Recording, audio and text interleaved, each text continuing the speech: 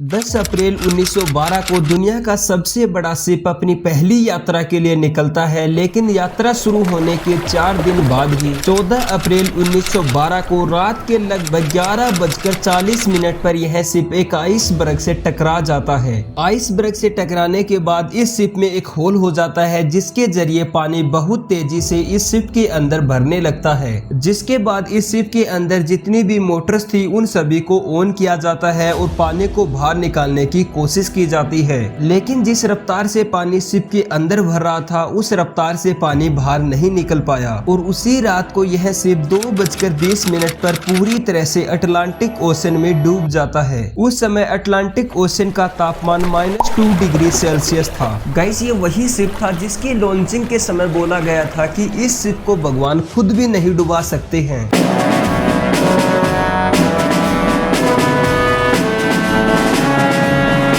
और गाइस, इस घटना के करीब 73 साल बाद साल 1985 को टाइटैनिक शिप का मलबा अटलांटिक ओशन के अंदर 4 किलोमीटर नीचे मिलता है। लेकिन काफी ज्यादा कोशिश करने के बावजूद भी इस शिप के मलबे को बाहर नहीं निकाला जा सका और इसी शिप के मलबे को देखने हाल ही में दुनिया के 5 अरबपति एक सबमरीन के अंदर जाते हैं, लेकिन वह सबमरीन अटलांटिक ओशन में कहीं लापता हो जाती है और 3 से 4 दिनों बाद उस सबमरीन का मलबा टाइटैनिक शिप के मलबे के पास ही मिलता है।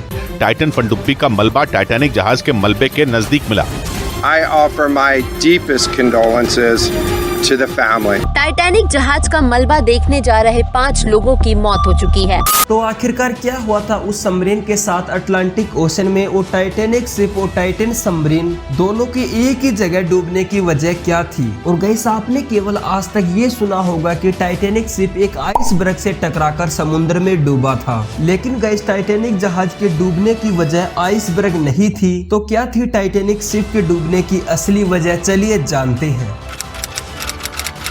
गाइस, इस पूरी स्टोरी की शुरुआत होती है 31 मार्च 1909 को, जब दुनिया का सबसे बड़ा शिप के निर्माण करने का काम उत्तरी आयरलैंड के बेलफास्ट में मौजूद हारलैंड एवं वुल्फ शिपयार्ड कंपनी को दिया जाता है, जिसे उस समय 150 से ज्यादा शिप बनाने का अनुभव था। और उस समय टाइटैनिक शिप को बनाने के लिए $7.5 मिलियन का खर्च आया था, यानी कि आज के $192 मिलियन का खर्च आया था। और हम बात करें इंडियन मनी की तो टाइटैनिक शिप को बनाने में 14 अरब करोड़ रुपए का खर्च आया था और इस शिप को बनाने में 3000 कारीगरों ने 2 साल तक दिन रात कड़ी मेहनत की थी। और 1911 को पहली बार दुनिया को दिखाने के लिए इस शिप को समुद्र में उतारा गया, जिसे देखने के लिए करीब 10,000 लोगों की भीड़ एकत्रित हुई। और उस समय बोला गया था कि यह शिप दुनिया का सबसे बड़ा शिप है और एकमात्र ऐसा शिप है जिसे खुद भगवान भी धरती पर उतरकर नहीं डुबा सकते हैं। और गाइस, इस स्टेटमेंट के करीब 1 साल बाद 10 अप्रैल 1912 को यह शिप अपने साथ 86,000 पाउंड मांस, 40,000 अंडे, 40 टन आलू, 7,000 सलाद, 3500 पाउंड प्याज और 26,000 सेव और 20 लाइव बोट्स को लेकर अपनी पहली यात्रा में 2,224 यात्रियों को लेकर समुद्र में उतरता है। उस समय इस शिप के कप्तान एडवर्ड स्मिथ थे और इस शिप के मालिक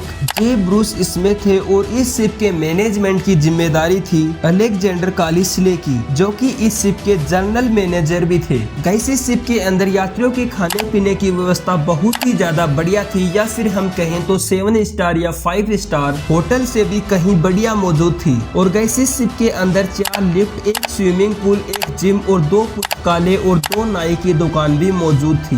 गाइस, टाइटैनिक शिप अपनी यात्रा के एक दिन में 800 टन से ज्यादा कोयलों की खपत करता था और 14,000 गैलन से ज्यादा पानी का उपयोग करता था। गाइस, टाइटैनिक शिप की पहली यात्रा इटली के न्यूयॉर्क शहर के साउथ पेटेन से इंग्लैंड तक की थी। और गाइस, जब सब कुछ सही चल रहा था उसी समय टाइटैनिक शिप के रडार को 12 अप्रैल 1912 को उसके रास्ते में 6 आइसबर्ग होने की चेतावनी मिलती है, लेकिन उन चेतावनियों को शिप के मालिक जे ब्रूस स्मिथ ने अवॉइड करने के लिए कहा। उनका बोलना था कि यह जहाज इतना बड़ा है कि अगर किसी आइसबर्ग से टकरा भी जाता है तो इसका कुछ भी नहीं बिगड़ेगा, और अगर आइसबर्ग ज्यादा बड़ा हुआ तो वह टाइटैनिक शिप की डायरेक्शन को मोड़ देगा, लेकिन टाइटैनिक शिप को कुछ भी नहीं होगा। और इसीलिए टाइटैनिक शिप के कैप्टन ने स्पीड को कम करने की जगह स्पीड को और भी ज्यादा बढ़ा दिया, और उस समय टाइटैनिक शिप की स्पीड 22 किलोमीटर प्रति घंटे थी। लेकिन गाइस उनका ये अनुमान गलत निकला, क्योंकि बदकिस्मती से वह आइसबर्ग उनकी सोच से काफी ज्यादा बड़ा था। और जब टाइटैनिक शिप के कैप्टन को वह आइसबर्ग दिखाई दिया तो उनके पास एक्शन लेने के लिए केवल 37 सेकंड बचे थे, और तब कैप्टन ने जहाज को लेफ्ट मोड़ने के लिए कहा और जहाज को लेफ्ट मोड़ भी लिया गया। लेकिन टाइटैनिक शिप की स्पीड उस समय इतनी ज्यादा थी कि वह पूरी तरह से लेफ्ट नहीं मुड़ पाया, और बदकिस्मती से 14 अप्रैल की रात को 11:40 पर यह शिप उस आइसबर्ग से टकरा जाता है। और आइसबर्ग से टकराने के बाद इस शिप में होल हो जाता है, जिसके जरिए काफी तेजी से पानी इस शिप के अंदर प्रवेश करने लगता है। जिसके बाद इस शिप में जितनी भी मोटर्स थी उन सभी को चलाया गया, लेकिन जिस रफ्तार से पानी शिप के अंदर भर रहा था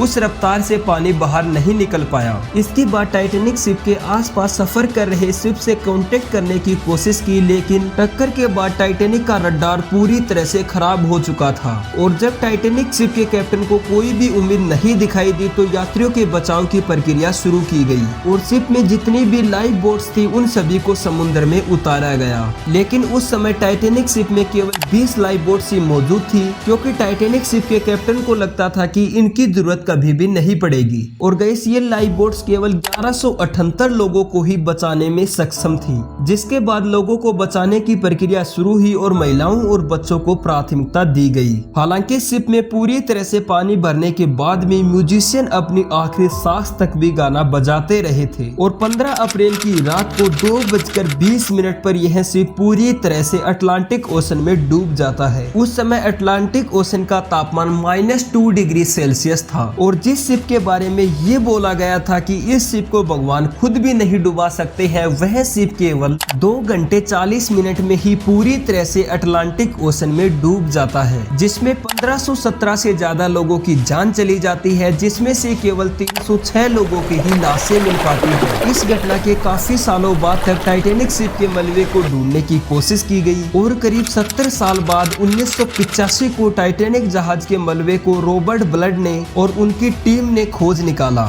जो कि अटलांटिक ओशन में 4 किलोमीटर नीचे पड़ा था, जो कि आज भी वहीं का वहीं पड़ा है। लेकिन गाइस इन 70 सालों में टाइटैनिक शिप को लेकर बहुत सारी थ्योरीज देखने को मिली, जिसमें टाइटैनिक शिप के डूबने की वजह निर्माताओं की गलतियां और टाइटैनिक शिप के मालिक के लालच और उनके ब्लू बैंड हासिल करने की होड़ को लेकर मिली। जिनमें सबसे बड़ी गलती थी उस समय टाइटैनिक जहाज में एक भी दूरबीन मौजूद नहीं थी। हालांकि टाइटैनिक शिप में दूरबीन मौजूद थी, लेकिन वो किसी लॉकर में रखी हुई थी और उसकी चाबी नहीं मिल रही थी। और गाइस बहुत सारी थ्योरीज में टाइटैनिक शिप के डूबने की वजह ब्लू बैंड को हासिल करना भी बताया गया है। गाइस ब्लू बैंड एक तरह का सम्मान होता है जो कि उस शिप को दिया जाता है जो कि अटलांटिक ओशन को सबसे कम समय में पार करती है। और गाइस शायद इसीलिए शिप के कैप्टन ने शिप की स्पीड को कम नहीं किया। और गाइस टाइटैनिक शिप को 64 लाइफ बोट के साथ डिजाइन किया गया था, लेकिन टाइटैनिक की यात्रा के दौरान केवल 20 लाइफ बोट ही ले जाई गई थी। गाइस बहुत सारी थ्योरीज में टाइटैनिक शिप के डूबने का सबसे बड़ा कारण कैप्टन की गलती को भी बताया गया है, क्योंकि कैप्टन ने बहुत सारी चेतावनियों को नजरअंदाज किया और उसने टाइटैनिक शिप की स्पीड को कम करने की वजह ज्यादा ही रखा। लेकिन गाइस इन सब थ्योरीज से केवल एक ही बात का पता चलता है जो कि आगे चलकर टाइटैनिक शिप के डूबने का कारण बनती है, जो है टाइटैनिक शिप के मालिक और उसके कैप्टन का ओवर कॉन्फिडेंस, क्योंकि उन्हें लगता था कि यह शिप कभी भी नहीं डूबेगा। लेकिन गाइस अब सवाल ये भी उठता है कि टाइटैनिक शिप का मलबा मिलने के बाद भी उसे बाहर क्यों नहीं निकाला गया। गाइस ऐसा बिल्कुल भी नहीं है कि टाइटैनिक शिप के मलबे को बाहर निकालने की कोशिश नहीं की गई। गाइस हमारे बहुत सारे वैज्ञानिकों ने टाइटैनिक शिप के मलबे को बाहर निकालने की कोशिश की, लेकिन उन्हें हर बार नाकामी ही हासिल हुई, जिसका कारण था टाइटैनिक शिप के मलबे की गहराई और उसका वजन। और गाइस जानकारों का बोलना है कि अगर हम कैसे भी कर टाइटैनिक शिप के मलबे को बाहर निकालने की कोशिश करते हैं तो टाइटैनिक शिप का मलबा पूरी तरह से गल चुका है। अगर उसे बाहर निकालने की कोशिश की जाती है तो यह मलबा पूरी तरह से समुद्र में विलीन हो जाएगा। इसीलिए बेहतर है कि टाइटैनिक शिप का मलबा वहीं का वहीं पड़ा रहे। हालांकि गाइस ऐसा बिल्कुल भी नहीं है कि टाइटैनिक शिप के मलबे को बाहर निकालने की कोशिश नहीं की गई। हमारे वैज्ञानिकों के द्वारा टाइटैनिक शिप के मलबे को सैकड़ों बार बाहर निकालने की कोशिश की गई थी। और गाइस इसी मलबे को देखने के लिए हाल ही में दुनिया के 5 अरबपति 1-1 करोड़ रुपए खर्च करके एक टाइटन सबमरीन के अंदर अटलांटिक ओशन में पड़े टाइटैनिक शिप के मलबे को देखने के लिए जाते हैं। लेकिन गाइस इस सबमरीन का संपर्क कंट्रोल रूम से टूट जाता है और यह सबमरीन अटलांटिक ओशन में पूरी तरह से लापता हो जाती है और करीब 3-4 दिनों बाद टाइटैनिक सबमरीन का मलबा मिलता है, जो कि टाइटैनिक शिप के मलबे के पास ही मिलता है। हालांकि अब उसे निकालने की कोशिश की जा रही है और मलबे को निकालने के बाद ही पता चलेगा कि आखिरकार टाइटन सबमरीन के साथ उस ओशन में क्या हुआ था। वहीं गाइस बहुत सारी थ्योरीज और बहुत सारी रिपोर्ट्स में ये बात निकलकर सामने आ रही है कि टाइटन सबमरीन के अंदर कोई टेक्निकल इश्यू हो गया था, जिसकी वजह से उस सबमरीन में ब्लास्ट हो गया और उसी की वजह से वह सबमरीन समुद्र में डूब गई और उस सबमरीन के अंदर बैठे 5 अरबपतियों की मौके पर ही मौत हो गई। हालांकि अभी तक किसी भी अरबपति की लाश नहीं मिल पाई है, क्योंकि विशेषज्ञों का बोलना है कि यह विस्फोट इतना ज्यादा भयानक था कि किसी भी व्यक्ति की लाश मिल पाना नामुमकिन है। गाइस अगर आप इस टाइटन सबमरीन की फुल जानकारी चाहते हैं तो आपको वीडियो आई बटन पर मिल जाएगा। प्लीज यार एक बार जाकर उस वीडियो को भी जरूर देखें। खैर गाइस आपका इन सभी के बारे में क्या बोलना है कमेंट सेक्शन में जरूर बताना और ऐसी अमेजिंग वीडियो के लिए like share and subscribe. Thank you guys, मिलते हूँ नेक्स्ट वीडियो में।